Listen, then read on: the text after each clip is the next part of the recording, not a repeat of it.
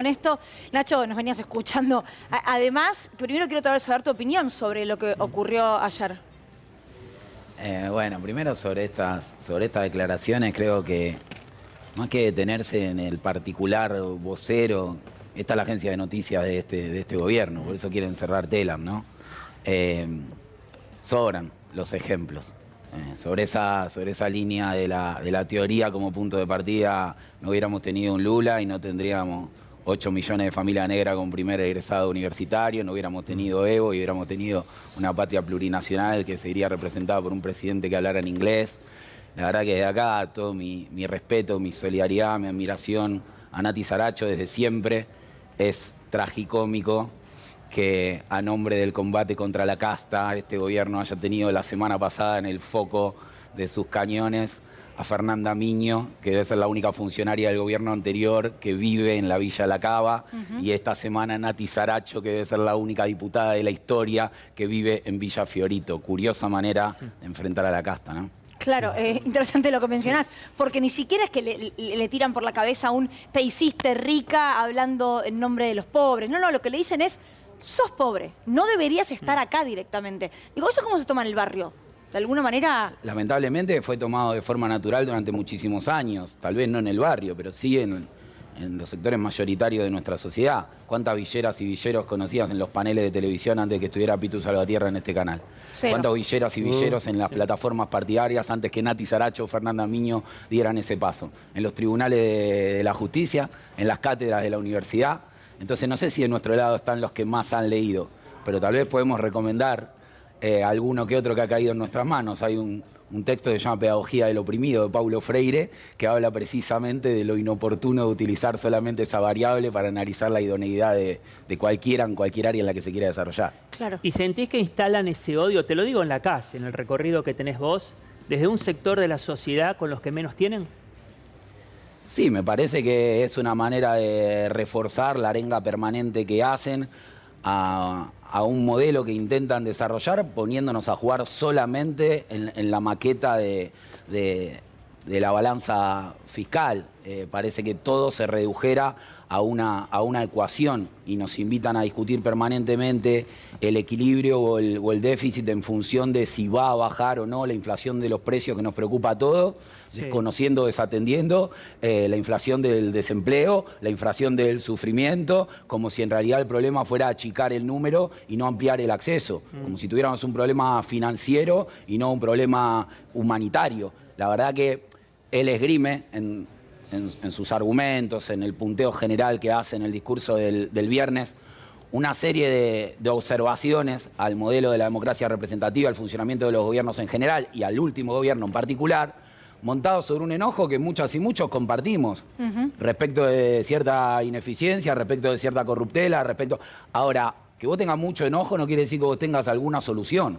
Y él, montado sobre ese enojo, sobre esa ola, hace pasar un montón de ideas absolutamente delirantes que no pueden ser ni puestas a revisión, con formas que también estamos naturalizando de una manera vertiginosa, porque si el hijo o la hija de cualquiera de ustedes vuelve del colegio, en edad primaria, secundaria, que quieran, y te cuenta que la maestra se enojó con el director y le dijo salí de acá mogólico, o discutió con el papá de un alumno y le dijo cualquiera de los improperios que Milei descarga, ya no sobre los sectores populares, sobre los periodistas de La Nación.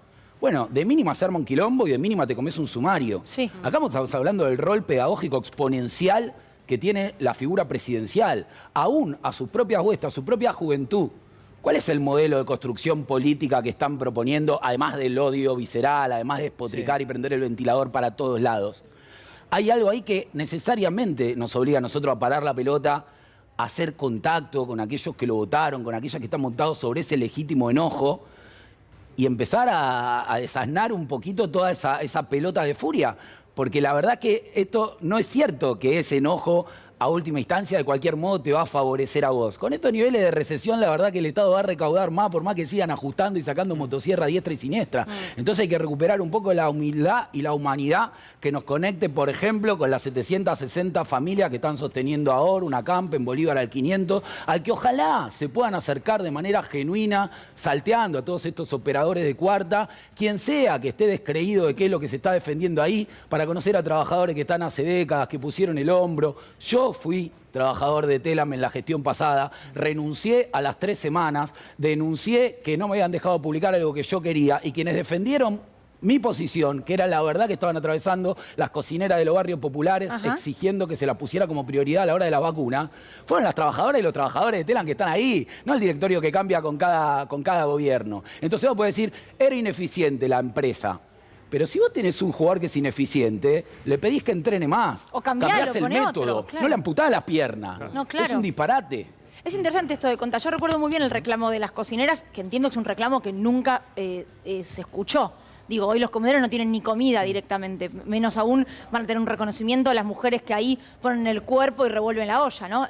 Eso, ahí retrocedimos vertiginosamente también de claro. un consenso social que teníamos cuando todos los canales de noticias estaban superpoblados de imágenes de los barrios populares, porque el COVID atacaba fundamentalmente ahí cuando empezó, y los editoriales eran desgarradores respecto de cómo se había desnudado la desigualdad, cómo esto había esperado tantos años para ser reparado. Y ni hablar con la muerte de Ramona, que censurada en los medios principales, denunciando la falta de agua de la 31, terminó pagando con su vida la falta de respuesta. En ese momento dijeron, es verdad, es un escándalo que si un funcionario no puede tener una empleada doméstica negro, el Estado tenga miles trabajando en los comedores desde siempre, que no tienen cobertura médica, que no tienen obra social, que no tienen vacaciones, que no tienen aguinaldo. Entonces vamos a reconocer, bueno, no solo que nunca fue reconocido, sino que esas compañeras hoy están todavía en los comedores bancando la parada. ¿Con la propia? Claro, pero lo tremendo que está pasando es que ya no solamente tenés un enorme porcentaje de la población que está desempleada, porque muchos de los desempleados construyeron su propio trabajo. La economía popular es el producto de eso, y el potenciar trabajo o el salario complementario venía a acompañar esa iniciativa particular de quienes generaron su empleo. Si algo nunca le faltó a las compañeras que sostienen los comedores comunitarios, trabajadoras de la triple jornada, le decimos nosotros, porque tienen que trabajar haciendo changas, trabajan en las labores domésticas o de cuidado de su propia casa, y además es trabajo. Sí. Bueno, ahora además de empleo le falta trabajo, porque no mandan los alimentos para que coman un montón de pibes que ni siquiera son los propios. ¿Siguen haciendo ese índice bien barrial, el que hacen ustedes desde el observatorio como el INDEC, pero con cada uno de los barrios? No solo con los comedores, con los salarios, con lo que gana la gente, me imagino, cuando vuelve al barrio. ¿Con qué se están encontrando? ¿Qué números te están dando esos índices? Nada, es una crisis de la envergadura que puede imaginarse cualquiera mirando a su alrededor, esté parado en el estrato social que esté parado. Pues si vos tenés una familia de clase media, un entorno de clase media, y ves a cuáles beneficios van renunciando, cuáles privilegios ya perdieron, en qué punto de su calidad de vida se deteriora en el día a día, imagínate ahí abajo donde ya no había a dónde caer. Él dice con un nivel de cinismo enorme que ahora saben a dónde va cada uno de los bolsones que reparten. Sí, al depósito, porque no repartieron ni uno. Cínicamente, subestimando a cuadros políticos como Fernanda Miño, Natalia Saracho, la Negra Albornoz o cualquiera de las compañeras que sostiene comedores, les pidieron que hicieran una fila en la puerta del Ministerio de Desarrollo, 40 cuadras de fila. Todavía no llamaron a una sola de esas personas. Entonces nosotros ahora, por ejemplo, en la Rodrigo Bueno, recibimos del gobierno de la ciudad 250 raciones para 5 días a la semana en un comedor que sirve 300 raciones por día, 6 veces por semana. Bueno, esa diferencia entre lo que da ciudad y lo que complementaba Nación, hoy son familias que comen menos. Claro. En Villa Maure, en Comodoro Rivadavia, en Chubut, había 4 comedores, cerraron 3, queda uno que sostiene un montón de familias que comen una vez por día. En Villa Cabello, en Posadas, en Misiones, acaba de cerrar la semana pasada un comedor histórico llamado Mis Manos Daré, que alimentaba a 100 familias, 400 raciones diarias, y ahora cerró también. En Quinta 24, en Castelli, en Chaco, la semana pasada, hablando con las compañeras de cómo se había llenado el comedor de un montón de pibes que no estaban y están en situación de consumo. Te estoy hablando de chicos de 6 años que Tremendo. consumen nafta o Poxirram para pasar el día con menos hambre. Digamos, eso está sucediendo ahora. No es una cuestión del relato, lo pueden ir a ver. Ellos dicen... hay que auditar porque no están... Ellos tienen que auditar.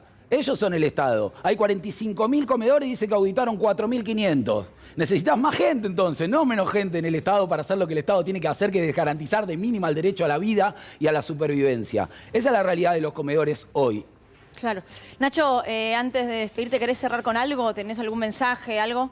No, simplemente eso, que nos acerquemos y fundamentalmente a los espacios de participación, de construcción comunitaria, no necesariamente de La Poderosa, el espacio que le genere credibilidad, confianza. Necesitamos en este momento hacer una campaña de útiles, que la estamos llevando adelante en las redes de La Garganta y ahí se pueden sumar.